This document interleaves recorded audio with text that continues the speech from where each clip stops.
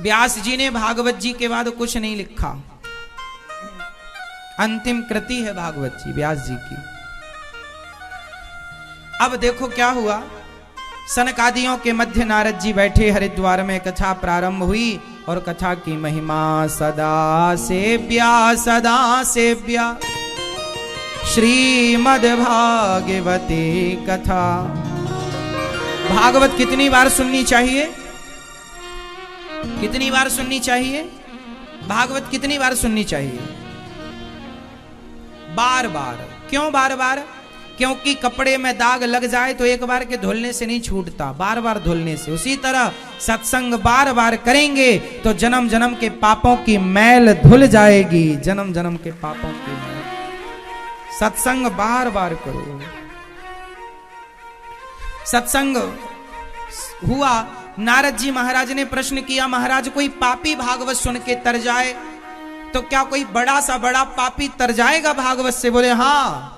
एक आत्मदेव जी नाम के पंडित जी थे, उनकी पत्नी का नाम था धुंधली।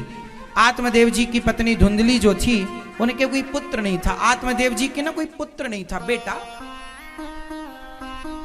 आत्मदेव जी बड़े परेशान, पूजा पाठ किया पर पुत्र नहीं हुआ। तो एक दिन आत्मग्लानि हुई तो घर से निकल गए।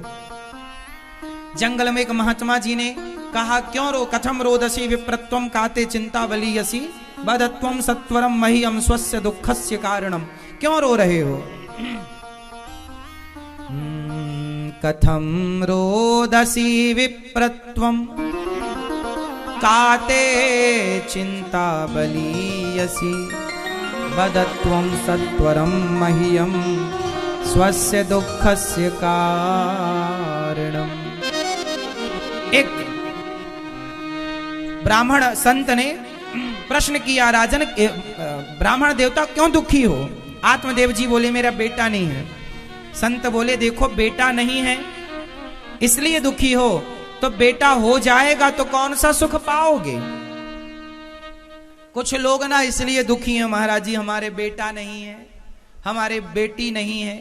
अरे भगवान, जो ईश्वर ने दिया है आप उसमें खुश क्यों नहीं रहते? जो नहीं है उसके लिए रोते क्यों हैं?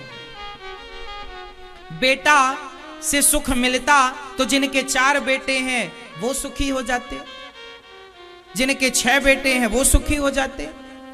अच्छा बताओ, बेटों से सुख मिलता है क्या?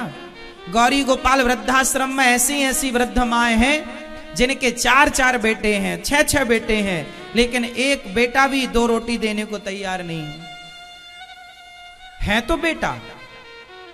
बेटों से सुख मिलता तो बेटे वाले सुखी हो गए होते ना।